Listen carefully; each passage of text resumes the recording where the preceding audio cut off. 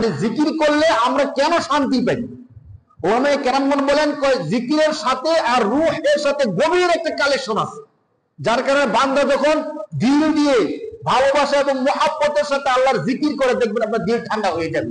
কারণ একটা মাছ যখন নদী থেকে তুলে নিয়ে আসবেন, নদী থেকে তুলে নিয়ে এসে আপনি ঘরের মধ্যে স্থলভাগের মধ্যে আপনি তাকে যত খাবার দেন, যত বাতাস করেন, যত শান্তিতে রাখেন, মাছ কি শান্তি পাবে ভাই? নাকি সে ছটফট করতেই থাকবে, লাফালাফি করতেই থাকবে?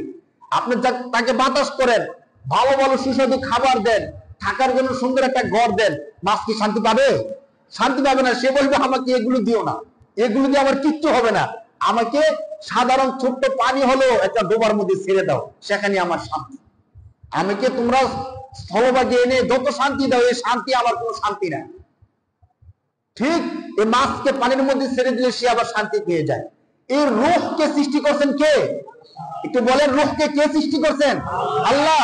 তো রূহ যে আল্লাহর একটা আদেশ, সৃষ্টি করছেন কে? তো আল্লাহর আদেশটা আল্লাহ সৃষ্টি করছেন, এটা যখন আল্লাহর নাম জপবে তখনই তো শান্তি পাবে। এর আগে কি শান্তি পাবে বলেন?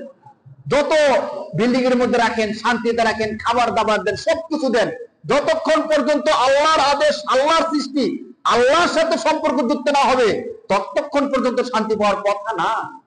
আল্লাহ এই জন্য স্বয়ং বলতেছেন, আলা বিযিকরিল্লাহি তাতমাইন্নুল কুলুব।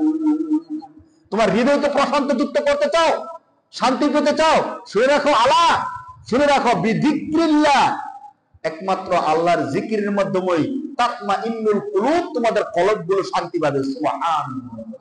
এজন্য আমরা বেশি বেশি দিল থেকে জিকির করতে হবে। রূহকে, রূহের খোরাক হলো আল্লাহর জিকির, শরীরের খোরাক হলো খাবার। আপনি যত ভালো খাবার খাবেন, পুষ্টি জাতীয়, শরীর ভালো থাকবে। আর যত বেশি জিকির করবেন তত আমাদের রূহ ভালো থাকবে। সুবহানাল্লাহ।